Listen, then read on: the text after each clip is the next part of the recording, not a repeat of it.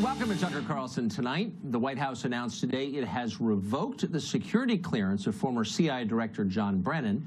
It is considering doing the same to other former government officials who, like Brennan, now work as left-wing political pundits. That category would include former Director of National Intelligence Jim Clapper. It's not clear why any of these men still have legal access to classified material. The fact that they retained that power after leaving government for the private sector and punditry is bizarre, and it remained largely unknown to the public until a month ago when we broke the story on this show. Brennan no longer works for the federal government in any capacity. He holds no official post. And yet, according to two sources we spoke to exclusively today, Brennan retains perhaps the most valuable asset he had in government, a top-secret security clearance. Brennan is an out-of-the-closet extremist. This is not a man who should have a security clearance. A month later, that remains true. John Brennan remains thoroughly discredited and unbalanced. Just a few weeks ago, he accused the president of treason for daring to hold a press conference with a foreign leader. Keep in mind that treason is a death penalty offense. Responsible people do not make that charge for political reasons. But Brennan didn't hesitate. He is, I think, the most divisive president we've ever had in the Oval Office. He is feeding and fueling hatred and animosity and misunderstandings among Americans. I use the term that this is nothing short of treasonous because it is a betrayal of the nation. He is giving aid and comfort to the enemy. A betrayal of the nation. Would you want a person who, say, casually accused people of murder without evidence to get a security clearance? Obviously you wouldn't. Brennan is not different. In a statement released today, Brennan called the loss of his clearance an effort to suppress freedom of speech. And yet Brennan is the one who believes that words alone, speech, are a form of treason and should get you sent to prison if not executed. That is unhinged. The government is now belatedly acknowledging that. Lou Dobbs hosts Lou Dobbs Tonight, of course, on Fox Business, and he joins us tonight. Lou, what would be the reason, can you think of a legitimate reason for John Brennan to retain a security clearance after leaving government for punditry? I can't even imagine why that would be necessary, why it would be, frankly, allowed. After his first personal attacks, not policy attacks, personal attacks against the President of the United States. And what we now suspect was a John Brennan-inspired and led assault on this president, an effort to subvert his campaign and his administration through the good offices and helpful energies of the FBI.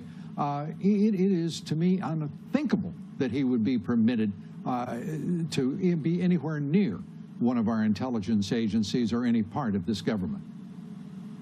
So you've covered the news for a long time. It wasn't that long ago that the left was, I think, appropriately wary of bureaucrats who worked in secret of our entire intelligence apparatus, right, and the idea of unelected, permanent Washington undoing a democratically elected politician would have been horrifying to them, and now they're defending it. Or am I missing something? No, I think you are absolutely on point, and I think, by the way, you deserve immense credit for bringing this prominently to the national consciousness a month ago when you started taking up the issue of why in the world are these people who are attacking the President of the United States personally permitted security clearances? How could that even be permitted? And I think you deserve great credit for that. But in terms of the spectacle of seeing the former FBI director, the former CIA director, the National Director of Intelligence, James Clapper, absolutely in full-throated assault against this president and attacking him, as I say, personally, almost weekly, and then it became more frequent. We have never witnessed anything near that in this country's history. I'm confused, though. If you ran one of these agencies and you had an institutional long-term interest in preserving the credibility of that agency, you'd be very upset with people like John Brennan or Jim Clapper because they detract from your legitimacy. They give rise in people's minds to questions about the deep state. They make people nervous. So why are they not telling these guys, slow it down, get off Twitter, stop being overtly political? You're doing damage to the institution, which they are. There apparently is plenty of support within the leadership of those agencies, the holdovers, the leftovers, if you will, from the Obama administration, not to do precisely that. It is highly questionable to me why we tolerated the former intelligence agency heads becoming part of the mainstream political debate, if you can call their assault on a president personally part of the mainstream debate.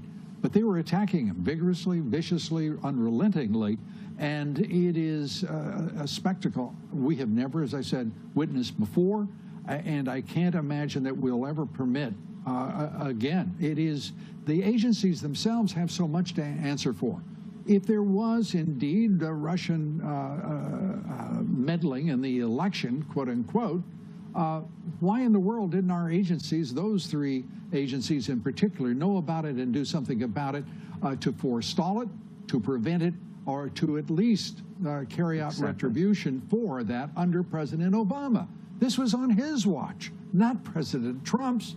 And President Obama has much to answer for in leaving behind a group of intelligence agency directors who carried on the ideological assault publicly and without precedent in American history.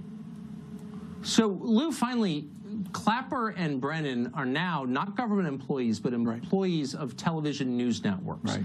You and I are also employees of television news networks. Probably Have you so. applied for a top secret security clearance?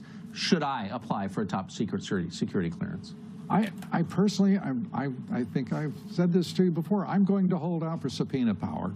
I will leave it to you and others to preserve the security clearances. Okay. I hope you get it, by the way. Lou Dobbs, thank you very much. Thanks.